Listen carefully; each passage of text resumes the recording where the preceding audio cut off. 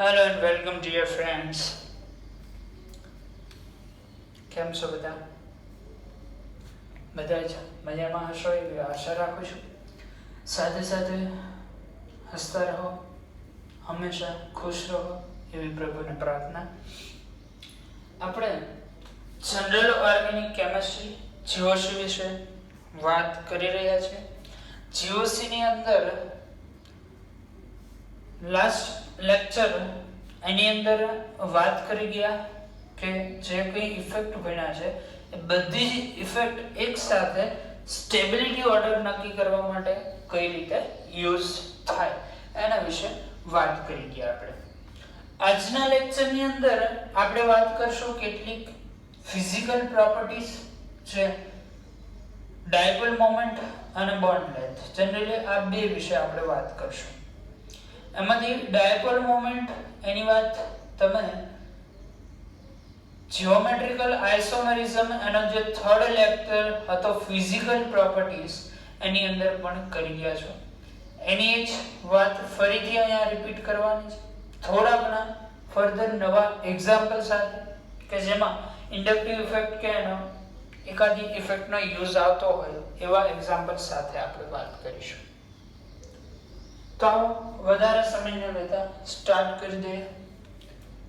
ગુણધર્મો એની અંદર ફર્સ્ટ ગુણધર્મ જે આપણે ચાલુ કરવા જઈ રહ્યા છીએ આજે એ છે ડાયપોલ મોમેન્ટ.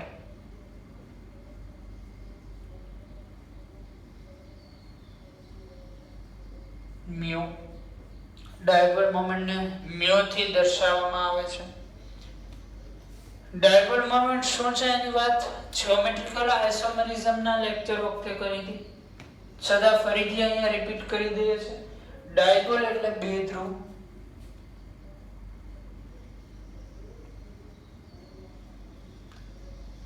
બંને ધ્રુવ માન લો કે એક પ્લસ ચાર્જ છે, એક માઇનસ ચાર્જ છે. આ બે ધ્રુવ થઈ ગયા. આ બંને ધ્રુવ કંઈક વિદ્યુત ક્ષેત્ર ઉત્પન્ન કરતા હશે, બંને વચ્ચે કંઈક વિદ્યુત ક્ષેત્ર હશે. એમની વિદ્યુતીય કેપેસિટી દર્શાવતું પરિબળ એટલે ડાયપોલ મોમેન્ટ. માન લો કે આનો વીજભાર કયો છે, આનો પણ વીજભાર કયો છે, બંને વચ્ચેનું અંતર છે d. તો ડાયપોલ મોમેન્ટ ગણવાનું સૂત્ર થશે q * d. પરંતુ આપણે જનરલી ઓર્ગેનિક કેમિસ્ટ્રીનો જે કન્સેપ્ટ છે એની અંદર ક્યાંય ડાયપોલ મોમેન્ટ એની વેલ્યુ ગણવાની આવશે નહીં કે વેલ્યુ પૂછશે પણ નહીં અને ક્યાંય જોવા પણ નહીં મળે. ડાયપોલ મોમેન્ટ ડિટેલની અંદર તમે ફિઝિક્સમાં ભણશો, ત્યાં તમારે વેલ્યુ ગણવાની પણ આવી શકે છે. અહીંયા આપણા પૂરતું જે સિલેબસમાં સીમિત છે એમાં ક્યાંય વેલ્યુ ગણવાની નથી. બે સ્ટ્રક્ચર આપેલા હોય એમાં જનરલી તમારે ખાલી કમ્પેરિઝન આવશે કે કોની ડાયપોલ મોમેન્ટ વેલ્યુ વધારે છે, કોની ઓછી છે, એટલે કમ્પેરિઝન આપણે કરવાની હશે.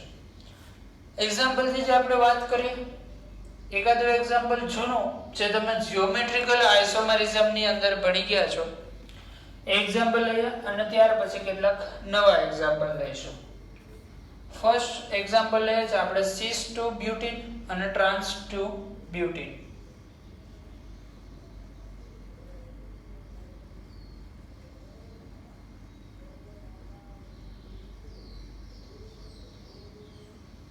આ છે સીસ ટુ બ્યુટીન. આ છે બંધારણ નંબર 1. ત્યાર પછી છે ટ્રાન્સ ટુ બ્યુટીન.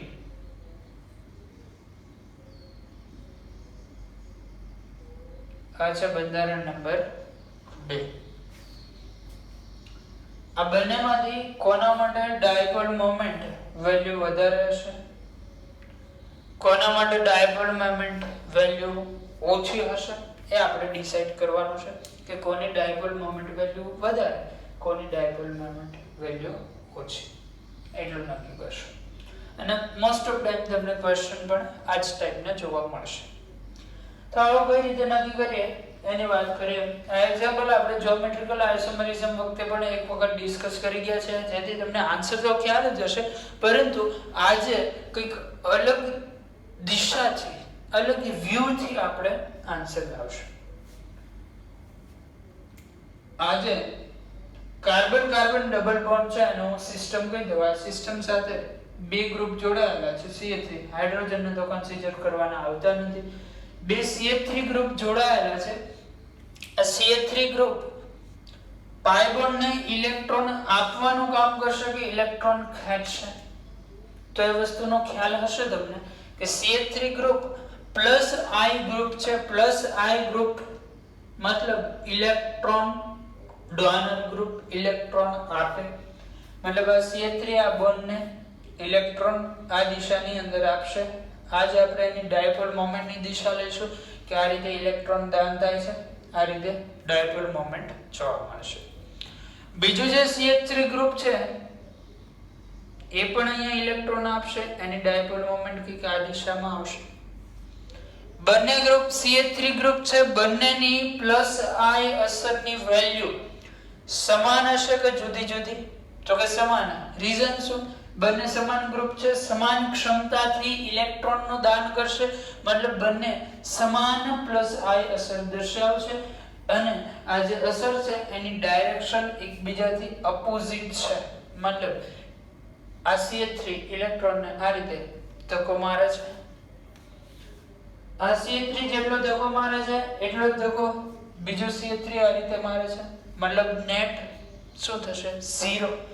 બંને આ દિશામાં, એક અપોઝિટ દિશામાં, બંને એકબીજાથી અપોઝિટ ડાયરેક્શનમાં સમાન બળ લગાડતા હોય.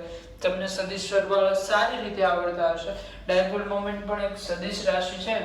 અહીંયા જે ડાયરેક્શન છે એનાથી અપોઝિટ ડાયરેક્શન અહીંયા સદિશ છે, મૂલ્ય સમાન છે, વિરુદ્ધ દિશા. તો મ્યુની વેલ્યુ શું આવશે આના માટે? તો કે 0. બરોબર. રીઝન શું? વેલ્યુ સમાન, ડાયરેક્શન અપોઝિટ. આના માટે ચેક કરવા જાવ CH3 આ રીતે ઇલેક્ટ્રોન ડોનેટ કરશે, બીજો CH3 ગ્રુપ આ પ્રકારે ઇલેક્ટ્રોન ડોનેટ કરશે. આના માટે વેલ્યુ 0 નહીં આવે, કારણ આની ડાયરેક્શન કંઈક આવી જોવા મળશે, આની ડાયરેક્શન કંઈક આવી જોવા મળશે. બંનેનું નેટ કંઈક આ પ્રકારે મળશે. મતલબ μ નોટ ઇક્વલ ટુ 0. આના માટે μ 0 છે, આના માટે 0 નથી. માઇનસ આમાં ક્યારેય નહીં આવે. બરોબર. આન્સર કે 0 કા પોઝિટિવ આવશે, માઇનસ નહીં આવે. અને આપણે નક્કી શું કરવાનું છે? 0 છે કે નહીં. બરોબર. અને વેલ્યુ કોની વધારે છે? આની 0 મળે, આની 0 નથી. મતલબ વેલ્યુ કોની વધારે થશે? 1 ની. કારણ આમાં 0 છે, આમાં 0 કરતા કંઈક વધારે છે. આન્સર અથવા તો આની વેલ્યુ મ્યુની કેટલું છે એવું ક્યારેય પૂછતા નથી. બેની કમ્પેરિઝન મ્યુ માટે તો મ્યુ 1 માટે વધારે છે, 2 માટે ઓછું છે. આ જ પ્રકારના ક્વેશ્ચન તમને મળશે.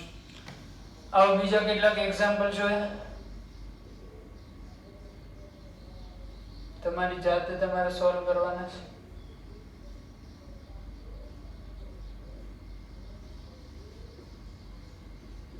આજે સ્ટ્રક્ચર 1,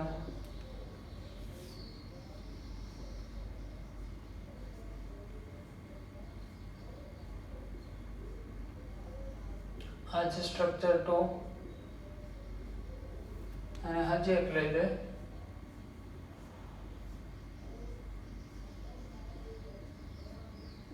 ચલો આ 3 માટે મ્યુ નો ક્રમ નક્કી કરો. મ્યુ કોના માટે વધારે, કોના માટે ઓછો. ફટાફટ વિડિયો સ્ટોપ કરી જાતે નક્કી કરો. લાસ્ટ લેક્ચરમાં વાત કરી ત્યાં તમે જ્યારે પણ વિડિયો જોવા બેસો ત્યારે ફરજિયાત નોટ પેન સાથે લઈને જ બેસો.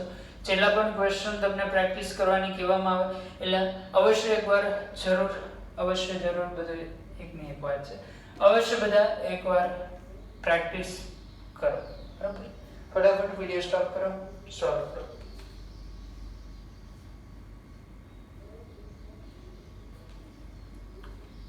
ચાલો સોલ્યુશન જોયા. આ ક્લોરીન છે. ક્લોરીન બેન્ઝીન રિંગમાંથી ઇલેક્ટ્રોન ખેંચવાનું વલણ ધરાવે છે. મતલબ આ જે બોન્ડ છે કાર્બન ક્લોરીન વચ્ચેનો, આ બોન્ડના ઇલેક્ટ્રોન ઉપર ક્લોરીન તરફ સહેજ ખેંચાયેલા રહે. ક્લોરીન તરફ ખેંચાય એટલે એક પ્લસ ચાર્જ બને, એક માઇનસ ચાર્જ. એની કંઈક ડાયપોલ મોમેન્ટ પ્લસ થી માઇનસ જોવા મળે. મતલબ આની ડાયપોલ મોમેન્ટ આ રીતે જોવા મળશે. એવી જ રીતે આ બોન્ડની ડાયપોલ મોમેન્ટ આ ડાયરેક્શનમાં જોવા મળશે. સોરી, આ બે એકના એક બંધારણ થઈ ગયા છે. ચેન્જ કરી દઈએ આપણે આ ક્લોરીનને મેટા પોઝિશન ઉપર રાખી દઈએ ચાલો હવે આની વાત કરીએ તો આમાં ક્લોરીન આ પ્રકારે અહીંયા ડાયપોલ મોમેન્ટ કંઈક આ રીતે જોવા મળશે આની ડાયપોલ મોમેન્ટ ઉપરની તરફ આવશે જ્યારે આની ડાયપોલ મોમેન્ટ નીચેની તરફ આવશે આ બંને એકબીજાની અસર નાબૂદ કરશે આના માટે આન્સર હશે 0 બંધારણ છે 3 આના માટે 1 અને 2 માટે નક્કી કરવાનું રહ્યું 3 નો આન્સર તો 0 મળી ગયો મતલબ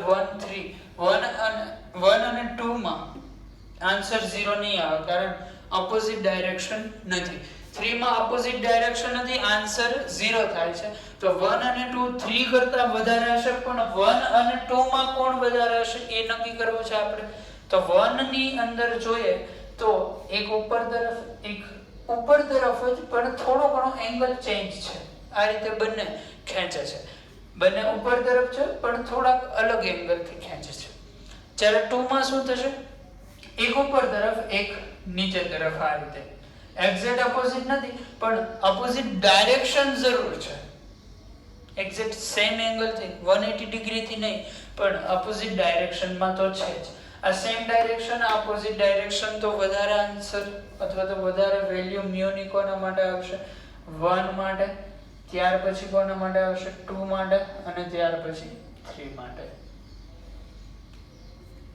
ચલો ત્યાર પછી એક એક્ઝામ્પલ છે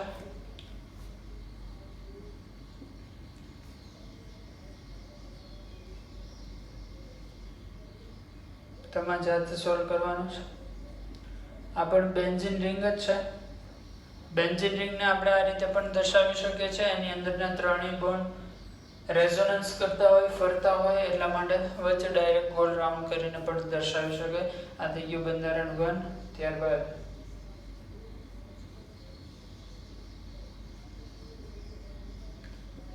આ થશે બંધારણ 2 ત્યારબાદ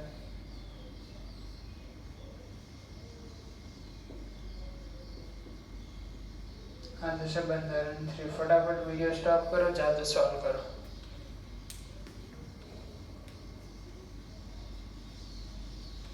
તો આવો સોલ્યુશન જોયાનું આની અંદર ડાયપોલ મોમેન્ટની ડાયરેક્શન આ CH3 ઇલેક્ટ્રોન ડોનેટ કરશે આ રીતની ડાયરેક્શન આવશે અહીંયા ક્લોરીન ઇલેક્ટ્રોન ખેંચશે આ પ્રકારે ડાયરેક્શન જોવા મળશે સેકન્ડ એક્ઝામ્પલની વાત કરીએ અહીંયા CH3 ડોનેટ કરે આ પ્રકારની ડાયરેક્શન અહીંયા ક્લોરીન એક્સેપ્ટ કરે ખેંચે આ પ્રકારની ડાયરેક્શન અહીંયા CH3 ડોનેટ કરે ક્લોરીન ખેંચે આ પ્રકારની ડાયરેક્શન તમારી પાસે એવું જ વિચારવાનું છે આ જે ત્રણ ડાયરેક્શનના એરા બનાવેલા છે બે એ બંને વેક્ટર છે વેક્ટર હોવાથી એનો સદિશ સરવાળો કરવાનો છે આ ત્રણેયમાંથી સૌથી વધારે ડાયપોલ મોમેન્ટ કોની આવે અહીંયા સદિશ બંને એક જ દિશામાં ડાયરેક્ટ સરવાળો થશે જ્યારે અહીંયા એક સદિશ થોડોક અલગ એંગલમાં છે એક એક્ઝેક્ટ નીચે જાય છે આ રીતે ખેંચે છે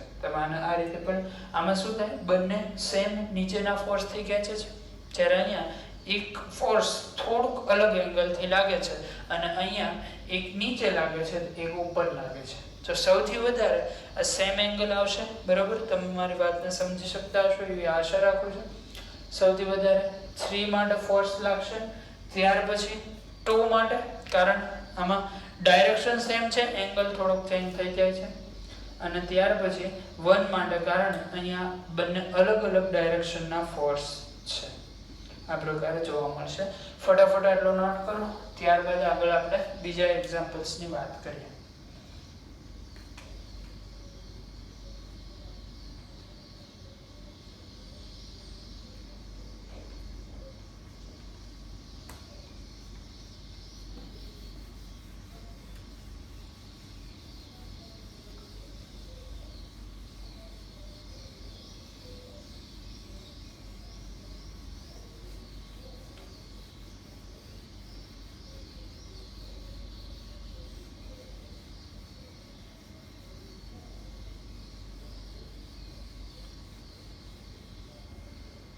ચલો ત્યાર પછીનો નેક્સ્ટ બેન્ઝીન રિંગ માટે એક સ્પેશિયલ ટર્મ યાદ રાખવાની છે.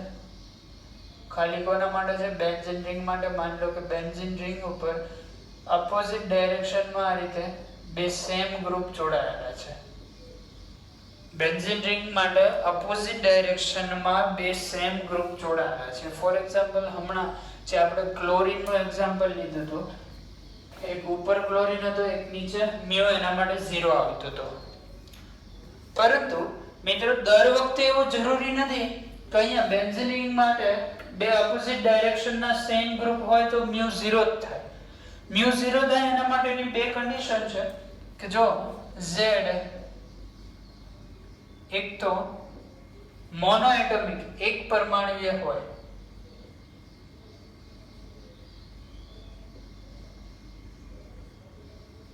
મોનોએટોમિક એટલે એક પરમાણુય હોય, અને બીજી કન્ડિશન છે રેખીય હોય, લિનિયર.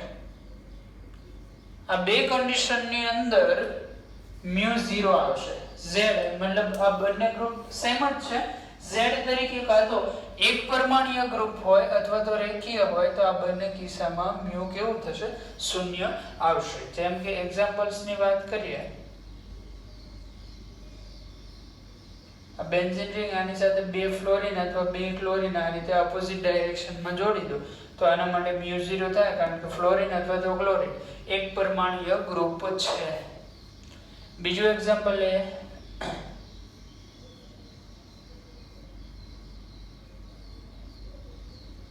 અહીંયા CN જોડાયેલું છે. CN એક રેખીય સમૂહ છે, લિનિયર ગ્રુપ, તો આ કેસમાં પણ મ્યુ 0 થશે. પણ જો અહીંયા લિનિયર ગ્રુપ ન હોય તો જરૂરી નથી કે દર વખતે મ્યુ 0 થાય જ. જેમ કે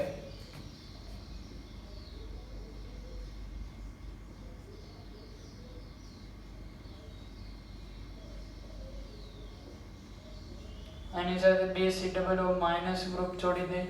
અને બીજું એક એક્ઝામ્પલ જે આપણે જોવાનું છે, એની અંદર બેન્ઝીન રિંગ સાથે બે COOH સમૂહ જોડી દે.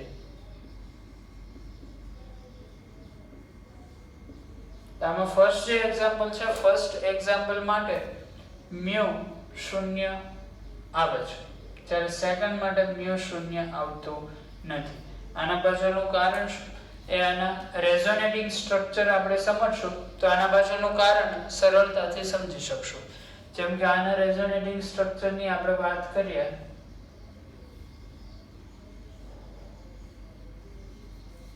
તો આના રેઝોનેટિંગ સ્ટ્રક્ચરમાં કંઈક આવું જોવા મળશે આપણને. બેન્ઝીન રિંગ છે, બેન્ઝીન રિંગ સાથે બે COOH ગ્રુપ જોડાયેલા છે. અહીંયા કાર્બન ઓક્સિજન માઇનસ લઈ લો, અહીંયા દ્વિબંધ ઓક્સિજન લઈ લો. અહીંયા કાર્બન ઓક્સિજન માઇનસ લઈ લો, અહીંયા દ્વિબંધ ઓક્સિજન લઈ લો. હવે આની અંદર રેઝોનન્સ કયા પ્રકારે થશે? રેઝોનન્સમાં આ પાઇ બોન્ડના ઇલેક્ટ્રોન આ ઓક્સિજન લઈ જશે, અહીંયા ઇલેક્ટ્રોન દાન થઈ નવો પાઇ બોન્ડ બનશે. અહીંયા પણ સેમ સ્ટોરી. આ રીતે આનું જે બીજો રેઝોનેટિંગ સ્ટ્રક્ચર મળશે કંઈક આ પ્રકારનું હશે.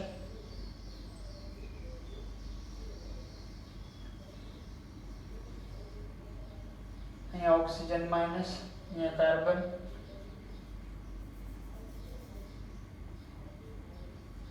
અહીંયા ઓક્સિજન માઇનસ. આનો તમે રિયલ હાઇબ્રિડ સ્ટ્રક્ચર બનાવો, RH રિયલ હાઇબ્રિડ સ્ટ્રક્ચર. તો રિયલ હાઇબ્રિડ સ્ટ્રક્ચર કંઈક આવું જોવા મળશે આપણને. C ઓક્સિજન ઓક્સિજન, અહીંયા પણ carbon oxygen oxygen. Pi bond ક્યાં જોવા મળે? બંને ઓક્સિજન ઉપર, તો અહીંયા બંને ઓક્સિજન ઉપર પાઇ બોન્ડ, અહીંયા પર બંને ઓક્સિજન ઉપર પાઇ બોન્ડ. બીજું કે આ જે માઇનસ ચાર્જ છે બંને ઉપર આવે છે, મતલબ ઇક્વલ ડિસ્ટ્રીબ્યુશન છે, -1/2 -1/2. અહીંયા પણ -1/2 -1/2 ઇક્વલ ડિસ્ટ્રીબ્યુશન થાય છે. મતલબ આ જે બે RS છે, આ બંને RS ને આપણે શું કહી શકીએ? Equal RS. ઇક્વલ RS હોવાથી મિત્રો જ્યારે અહીંયા માઇનસ ચાર્જ હોય અથવા તો અહીંયા માઇનસ ચાર્જ હોય, કોઈ પણ જગ્યાએ માઇનસ ચાર્જ હોય, એમાં જે ઇલેક્ટ્રોન, સપોઝ કે આ ગ્રુપ અહીંયા ઉપર ખેંચે છે, માની લે કે આ ગ્રુપ ઇલેક્ટ્રોન ઉપર ખેંચે છે, તો આ ગ્રુપ શું કરશે? ઇલેક્ટ્રોન નીચે ખેંચશે અને બંને જે ખેંચવાની ક્ષમતા ધરાવે છે એ સરખી હશે. શું કામ સરખી? કારણ અહીંયા ઇક્વલ RS બને છે. મતલબ આ છે એનું રિયલ સ્ટ્રક્ચર. આ જે બે સ્ટ્રક્ચર આપણે દોરેલા છે એ સ્ટ્રક્ચરને આપણે કહીએ છીએ કાલ્પનિક. રેઝોનેટિંગ સ્ટ્રક્ચર જ્યારે શીખ્યા ત્યારે આ શબ્દ વાપર્યો હતો કે રેઝોનેટિંગ સ્ટ્રક્ચર છે એ કાલ્પનિક સ્ટ્રક્ચર છે, વાસ્તવિક આ છે રિયલ હાઇબ્રિડ. મતલબ બધા ઉપર સરખો માઈનસ ચાર્જ છે.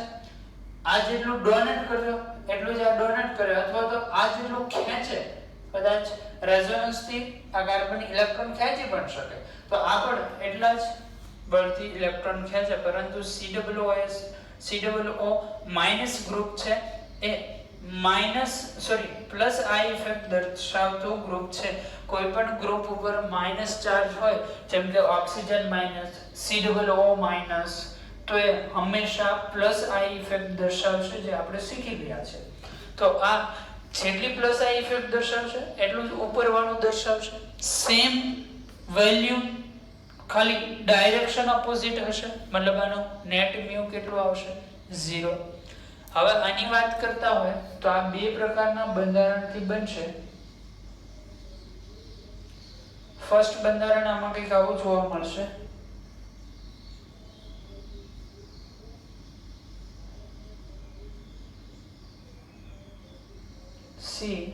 અહીંયા OH લઈ લઈએ આપણે, અહીંયા ડબલ બોન્ડ O. કાર્બન અહીંયા OH લઈ લે, ઓક્સિજન હાઇડ્રોજન અહીંયા ડબલ બોન્ડ. બીજું એક આવી પણ શક્યતા છે, સપોઝ ઉપરવાળો ગ્રુપ આ જે છે એમનો એમ જોડાયેલો છે, અહીંયા OH અહીંયા ડબલ બોન્ડ O, જ્યારે નીચે કંઈક અલગ રીતે જોડાયેલો છે, અહીંયા કાર્બન, પછી આ સાઈડ આપણે OH રાખ્યું તો એની જગ્યાએ અહીંયા રાખી દઈએ છે ડબલ બોન્ડ O અને અહીંયા રાખી દઈએ છે OH. આની અંદર શું થશે? આ જે સેકન્ડની વાત કરીએ છે, સેકન્ડ માટે માન લો કે આ કાર્બન પાસેથી ઇલેક્ટ્રોન દાન થશે, અહીંયા ઓક્સિજન ઇલેક્ટ્રોન ડોનેટ કરશે, આ પ્લસ ચાર્જ જોવા મળશે, આ માઈનસ ચાર્જ જોવા મળશે, કારણ કે આ કાર્બનના ઇલેક્ટ્રોન પોતે ખેંચશે.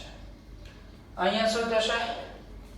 આ કાર્બનના ઇલેક્ટ્રોન ઓક્સિજન ખેંચશે, અહીંયા ઓક્સિજન ઇલેક્ટ્રોન દાન કરશે, પોઝિટિવલી ચાર્જ બનશે. મતલબ અહીંયા જે ચાર્જનું ડિસ્ટ્રીબ્યુશન છે એકબીજાથી ઓપોઝિટ ડાયરેક્શનમાં સેમ વેલ્યુમાં છે. તમે જોઈ શકતા હશો અહીંયા ચાર્જનું ડિસ્ટ્રીબ્યુશન ઓપોઝિટ ડાયરેક્શન સેમ વેલ્યુમાં છે. મતલબ આના માટે μ = 0 થઈ શકે છે. જ્યારે પહેલો પદાર્થ અહીંયા આ ઓક્સિજન કેવો આવશે? પ્લસ ઇલેક્ટ્રોન ડોનેટ કરશે, અહીંયા આ ઓક્સિજન ઇલેક્ટ્રોન ડોનેટ કરશે, પોઝિટિવલી ચાર્જ આવશે. અહીંયા આ લોન પેર સ્વીકારીને માઈનસ બનશે, આ માઈનસ બનશે,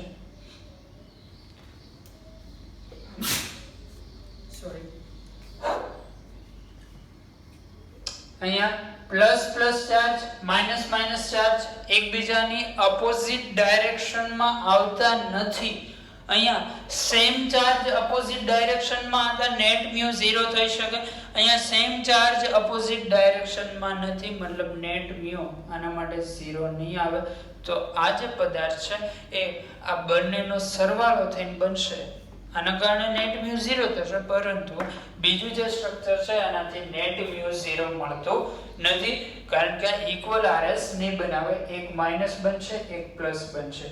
સપોઝ કે બે ઉપર સેમ માઈનસ ચાર્જ ડિસ્ટ્રીબ્યુટ થતો હોત તો અહીંયા આ રીતે ચારેય ભાગ સમાન થઈ જાય, પણ અહીંયા એવું જોવા મળતું નથી. ચલો હજી એક એક્ઝામ્પલ લઈએ, ત્યારબાદ મ્યુ એટલે ડાયપોલ મોમેન્ટ આપણું પૂર્ણ થશે. બંને સાઈડે OH ગ્રુપ છે, બંને સાઈડે OH ગ્રુપ હોય તો આમાં પણ બે બંધારણ શક્ય છે. પહેલું છે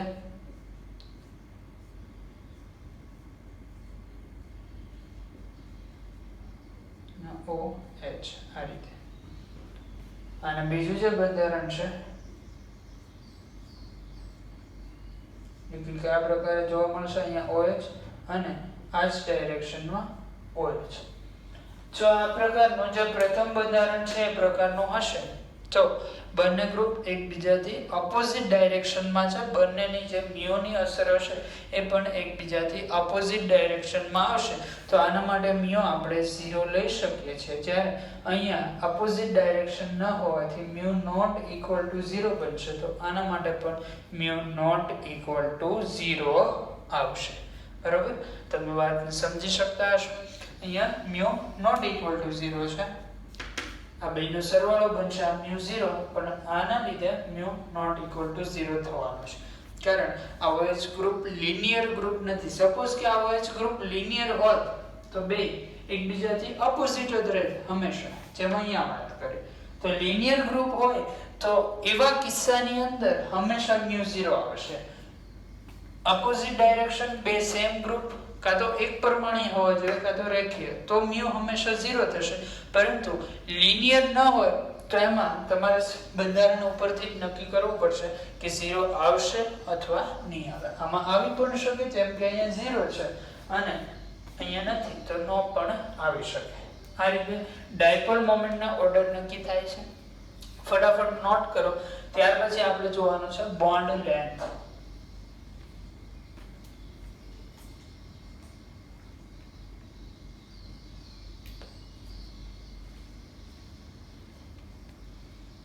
ચલો નેક્સ્ટ વાત કરીએ બોન્ડ લેન્થ. બોન્ડ લેન્થના ક્વેશ્ચન કઈ રીતે પૂછાય છે અને કઈ રીતે સોલ્વ કરશું એની વાત કરીએ.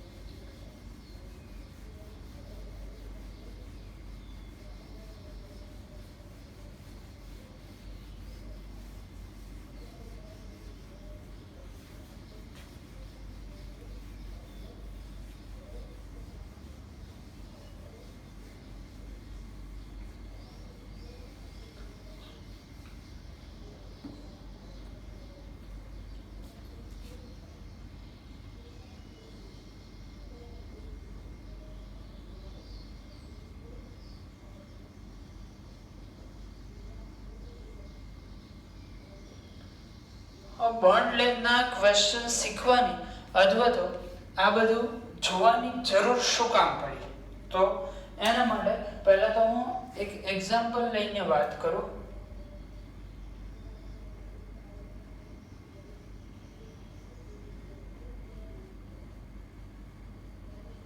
સપોઝ આ એક એક્ઝામ્પલ છે આપણી પાસે. આ એક્ઝામ્પલ ઉપરથી તમને જનરલી એવું તો ખબર હશે કે બોન્ડ લેન્થ BL સૌથી વધારે લાંબો એકલ બંધ હોય, ત્યાર પછી દ્વિબંધ આવે અને ત્યાર પછી ત્રિબંધ. ત્રિબંધની લંબાઈ સૌથી ટૂંકી હોય. આ વસ્તુ તમે કેમિકલ બોન્ડિંગની અંદર ભણી ગયા હશો. એકલ બંધ લાંબો હોય, દ્વિબંધ એનાથી ટૂંકો અને ટ્રિપલ બોન્ડ એનાથી પણ લેન્થમાં ટૂંકો હશે. આ રીતે અહીંયા જોવા જાવ તો અહીંયા કાર્બન કાર્બન દ્વિબંધ છે. અહીંયા જે લેન્થ હશે એના કરતાં આ લેન્થ વધારે હશે, કારણ કે કાર્બન કાર્બન એકલ બંધ છે. અને કાર્બન કાર્બન એકલ બંધની જે લેન્થ હશે એના કરતાં પણ આ લેન્થ વધારે હશે, સોરી ઓછી હશે, કારણ અહીંયા દ્વિબંધ છે. આ બે લેન્થ ઓછી હશે, આ લેન્થ વધારે હશે. આવું તમે બંધારણ જોઈને કહી શકો. પરંતુ પ્રેક્ટિકલ નોલેજ કંઈક અલગ કહે છે. પ્રેક્ટિકલ નોલેજ એવું કહે છે કે આ ત્રણેય બંધની લેન્થ સરખી છે, સમાન છે. શું કામ એવું? વાસ્તવિક શું હોવું જોઈએ? આ જે લેન્થ છે ઓછી, આ વધુ અને આ ઓછી, આવું આપણે જોઈને કહી શકીએ. પરંતુ વાસ્તવિક કે પ્રેક્ટિકલ શું જોવા મળ્યું? ત્રણેયની લેન્થ ઇક્વલ છે. એવું શું કામ જોવા મળ્યું?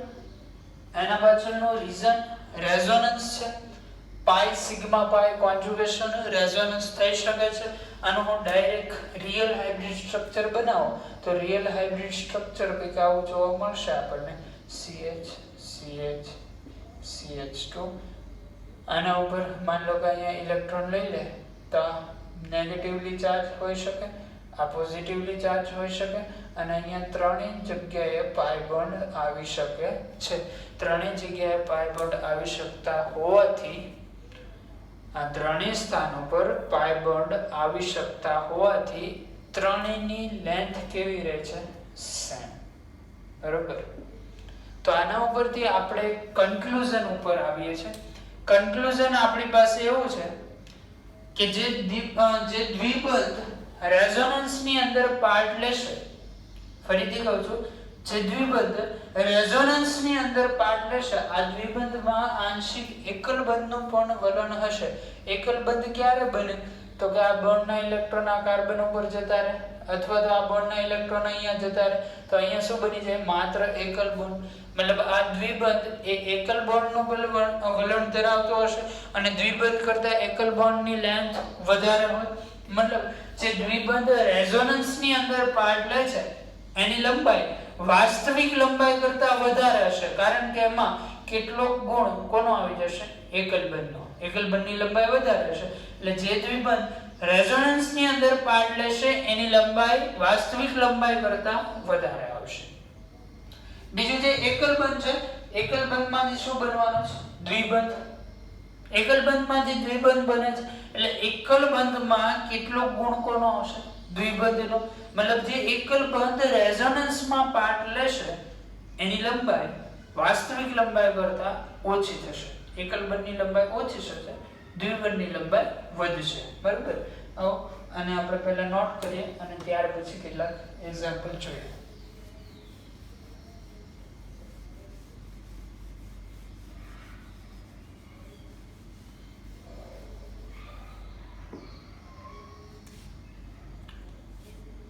ફર્સ્ટ, દ્વિબંધ માટે દ્વિબંધ કે જે શેમાં પાર્ટ લે? રેઝોનન્સમાં પાર્ટ લે. સંસ્પંદન અથવા HC, મતલબ હાઇપર કોન્જુગેશનમાં હાઇપર કોન્જુગેશન જોવા મળતું હશે તો પણ સેમ આ વસ્તુ બનશે. જે દ્વિબંધ સંસ્પંદન અથવા હાઇપર કોન્જુગેશનમાં પાર્ટ લેતો હશે તો એમાં લંબાઈ વાસ્તવિક લંબાઈ કરતા વધારે હશે. અથવા આપણે અહીંયા ખાલી સંસ્પંદન લખીએ છીએ. જે દ્વિબંધ સંસ્પંદનમાં પાર્ટ લેતો હશે એની લંબાઈ હાઇપર કોન્જુગેશનમાં પણ જોવા મળશે આવી વસ્તુ, પણ હાઇપર કોન્જુગેશનથી જનરલી આપણે બહુ ક્વેશ્ચન સોલ્વ કરવાના નહીં આવે. ક્વેશ્ચન ખાલી સંસ્પંદન ઉપરથી સોલ્વ કરશું. જે દ્વિબંધ સંસ્પંદનમાં ભાગ લે તેની લંબાઈ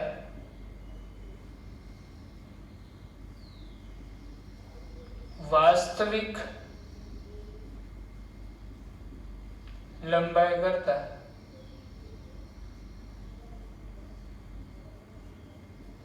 વધુ જોવા મળશે.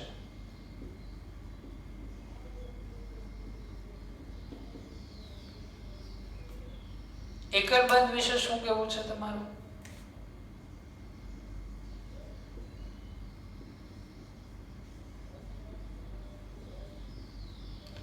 એકલ બંધ વિશે આપણે એવું કહીશું, એકલ બંધ સંસ્પંદનમાં ભાગ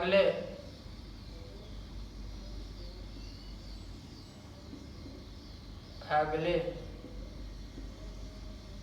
તેની લંબાઈ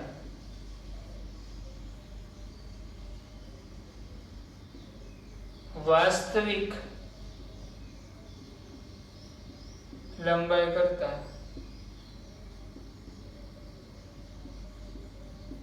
કેવી હશે? ઓછી હશે, અથવા તો ઓછી જોવા મળશે. સંસ્પંદનમાં ભાગ લેતો દ્વિબંધ હોય તો એની લંબાઈ વાસ્તવિક લંબાઈ કરતા ઓછી જોવા મળશે. બરાબર. ચલો આના કેટલાક એક્ઝામ્પલ સોલ્વ કરીએ. ફર્સ્ટ તમારા માટે એક્ઝામ્પલ છે. 3 સ્ટ્રક્ચર આપીશું. પહેલું સ્ટ્રક્ચર છે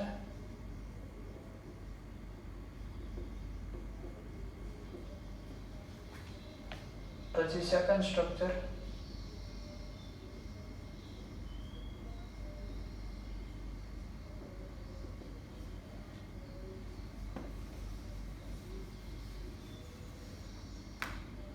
ત્યાર પછી થર્ડ સ્ટ્રક્ચર.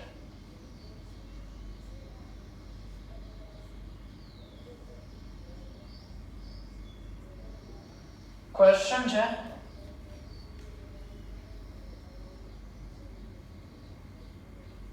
ત્રણેય બંધારણ માટે કાર્બન ઓક્સિજન બંધ લંબાઈનો ક્રમ. કઈ બંધ લંબાઈનો ક્રમ? કાર્બન અને ઓક્સિજન બંધ લંબાઈનો ક્રમ જણાવો. ફટાફટ વિડિયો સ્ટોપ કરીને પ્રયત્ન કરો.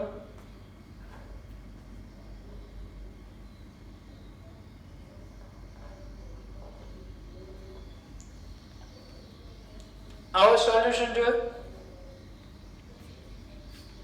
કાર્બન ઓક્સિજન એકલ બંધ છે.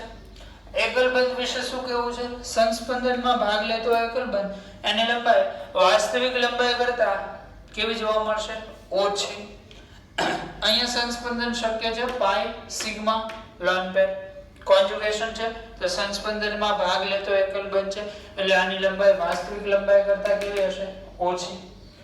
અહીંયા જો સંસ્પંદન થવાનું નથી મતલબ આની લંબાઈ વાસ્તવિક છે એની લઈએ છે. હાઇપર કોન્જુગેશન ધ્યાનમાં લેતા નથી કે હાઇપર કોન્જુગેશન ને હમણાં અવગણીએ છીએ.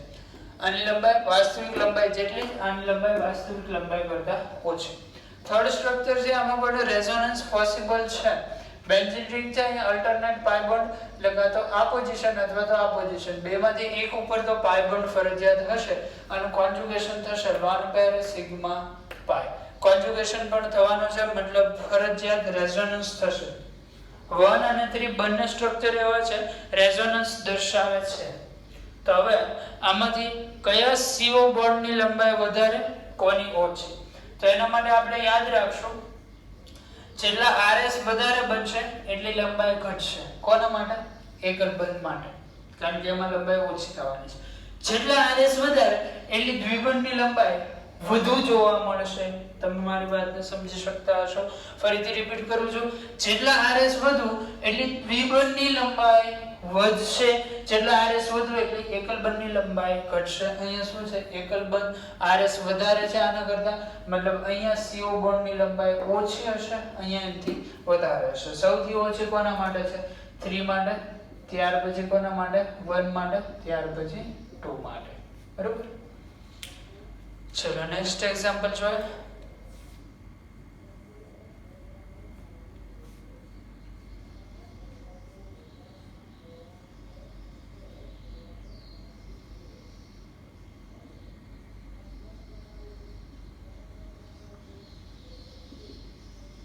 Structure 1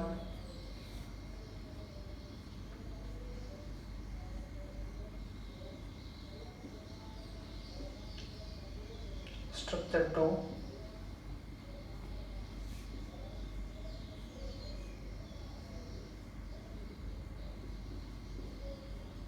structure 3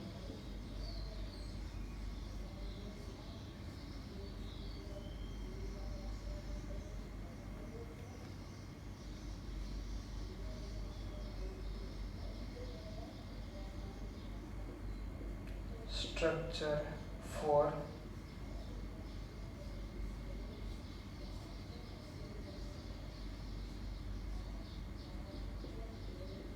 structure 5. આના માટે આપણે નક્કી કરવાનું છે CN બોન્ડ લેન્થ ઓર્ડર. કોના માટે વધારે કોના માટે ઓછી? ફટાફટ વિડિયો સ્ટોપ કરો, જાતે ટ્રાય કરો.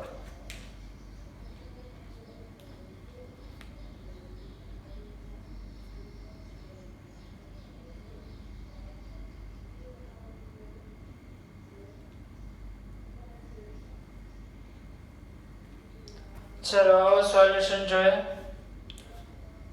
CN બોન્ડ લેન્થ આપણે ચેક કરવાની છે. CN બોન્ડ લેન્થ ઓર્ડર માટે આપણી પાસે કોન્સેપ્ટ શું છે? જે દ્વિબંધ હશે સંસ્પંદનમાં ભાગ લેતો હશે એની લંબાઈ વાસ્તવિક લંબાઈ કરતા વધારે જોવા મળશે. જે એકલ બંધ હશે સંસ્પંદનમાં ભાગ લેશે એની લંબાઈ વાસ્તવિક લંબાઈ કરતા ઓછી જોવા મળશે. સપોઝ કોઈ એકલ બંધ સંસ્પંદનમાં ભાગ નથી લેતા તો એની બંધ લંબાઈ સૌથી વધારે હશે, અને કોઈ દ્વિબંધ છે જે સંસ્પંદનમાં ભાગ નથી લેતો તો એની લંબાઈ પણ ઓછી જોવા મળશે. સોલ્વ કરશો એટલે વધારે આઈડિયા આવશે. પહેલા તો એવા બે સ્ટ્રક્ચર છે 1 અને 4. હવે તો લગભગ તમને જોઈને આઈડિયા આવી જવો પડે કે 1 અને 4 માં રેઝોનન્સ પોસિબલ છે. અહીંયા લોન પેર સિગ્મા પાય કોન્જુગેશનમાં છે, અહીંયા પણ નાઇટ્રોજન ઉપર લોન પેર હશે, લોન પેર સિગ્મા પાય કોન્જુગેશન છે. અહીંયા લોન પેર પાય ડાયરેક્ટ છે, કોન્જુગેશન નથી, રેઝોનન્સ નહીં થાય. અહીંયા લોન પેર પછી બધે સિગ્મા છે, કોન્જુગેશન નહીં થાય. અહીંયા ડાયરેક્ટ ટ્રિપલ બોન્ડ છે, કોન્જુગેશન નહીં જોવા મળે. આ બે જ રેઝોનેટિંગ સ્ટ્રક્ચર છે. રેઝોનન્સ થી સિગ્મા બોન્ડની બોન્ડ લેન્થ એકલ બંધ હશે એની બોન્ડ લેન્થ ઘટશે, દ્વિબંધ હશે બોન્ડ લેન્થ વધશે. અહીંયા બંને સ્ટ્રક્ચર એકલ બંધ વાળા છે CN, તો એની લંબાઈ શું થશે? ઘટશે. પરંતુ જો કોઈ એક્ચ્યુઅલી દ્વિબંધ હોય જે રેઝોનન્સ ની અંદર પાર્ટ નથી લેતો તો એની બંધ લંબાઈ પછી કઈ રીતે હશે? સૌથી ઓછી હશે.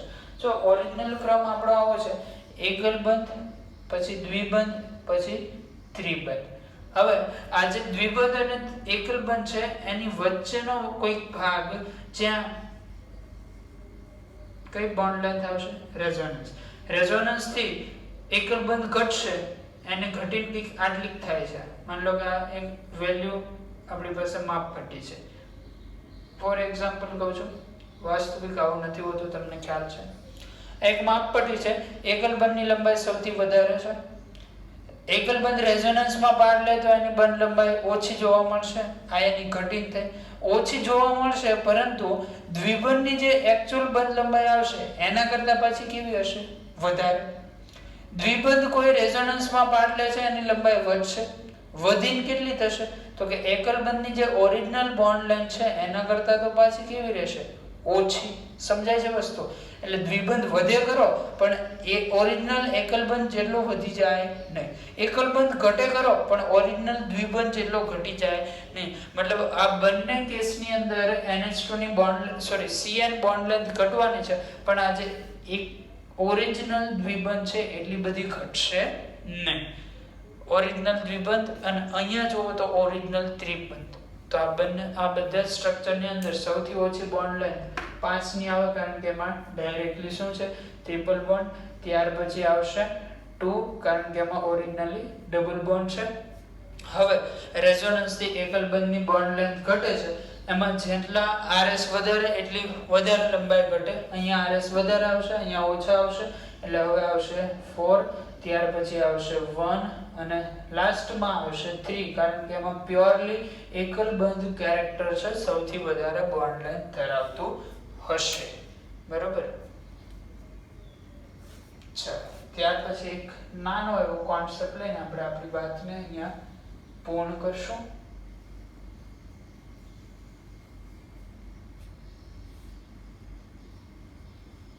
એક છે સોડિયમ ફોર્મેટ Na+, અને બીજું છે ફોર્મિક એસિડ. હવે જોવા એવું મળે છે કે અહીંયા જે બે કાર્બન ઓક્સિજન બોન્ડ છે એવા બે બોન્ડ હશે. અહીંયા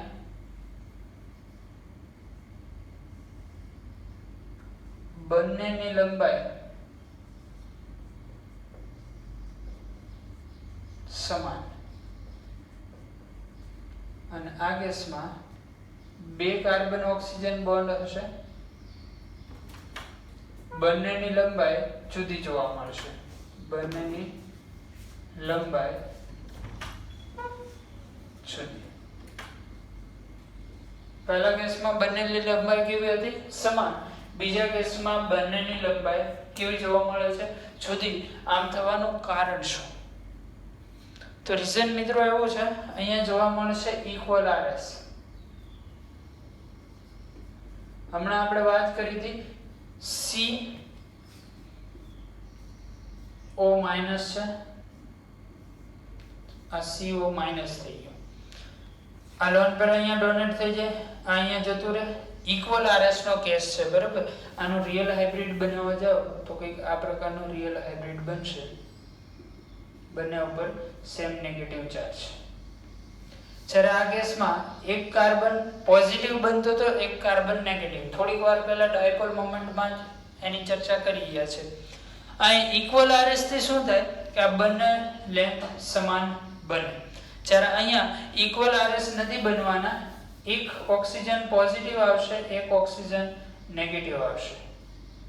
આ રીતે આ એક દ્વિબંધ છે, એની લંબાઈ થોડીક ઘટશે, આની લંબાઈ થોડીક વધશે, આની લંબાઈ થોડીક ઘટશે, પરંતુ બે સેમ જોવા મળશે નહીં, કારણ કે ઇક્વલ RS નથી. જ્યારે અહીંયા ઇક્વલ RS હોવાથી સરખું ચાર્જ ડિસ્ટ્રીબ્યુશન થી લંબાઈ પણ સમાન જોવા મળશે. તો આ એક ખાસ યાદ રાખવું. આપણે આજે આપણી વાતને અહીંયા પૂર્ણ કરીએ છીએ. નેક્સ્ટ લેક્ચરની અંદર આપણે આગળ વાત કરશું એસિડિક સ્ટ્રેન્થ વિશે, કે જુદા જુદા એસિડ આપેલા હોય એની એસિડિક સ્ટ્રેન્થ કઈ રીતે નક્કી કરવી. ત્યાં સુધી આનું રિવાઇઝ કરતા રહો. એસિડિક સ્ટ્રેન્થ માટે પણ તમારે રેઝોનેટિંગ સ્ટ્રક્ચરની સ્ટેબિલિટી આવડવી ખૂબ જ જરૂરી છે. રેઝોનેટિંગ સ્ટ્રક્ચર અથવા તો કોઈ પણ સ્ટ્રક્ચર, એટલે સ્ટેબિલિટી માટે આપણે જે આને પ્રીવિયસ લેક્ચર બની ગયા ERHI વાળો, એ લેક્ચરનો સંપૂર્ણ નોલેજ તમારી પાસે હોવું જોઈએ. એ સિવાય બધી જ ઇફેક્ટ આવડવી જરૂરી છે. એટલે નેક્સ્ટ લેક્ચરનો વિડીયો જ્યારે પણ જોવો એના પહેલા એકવાર એ બધું જ જે કંઈ તમે નોટ્સ લખેલી હોય એનું એકવાર રિવિઝન કરી લેજો, ત્યારબાદ નેક્સ્ટ વિડીયો જોવો. બરાબર.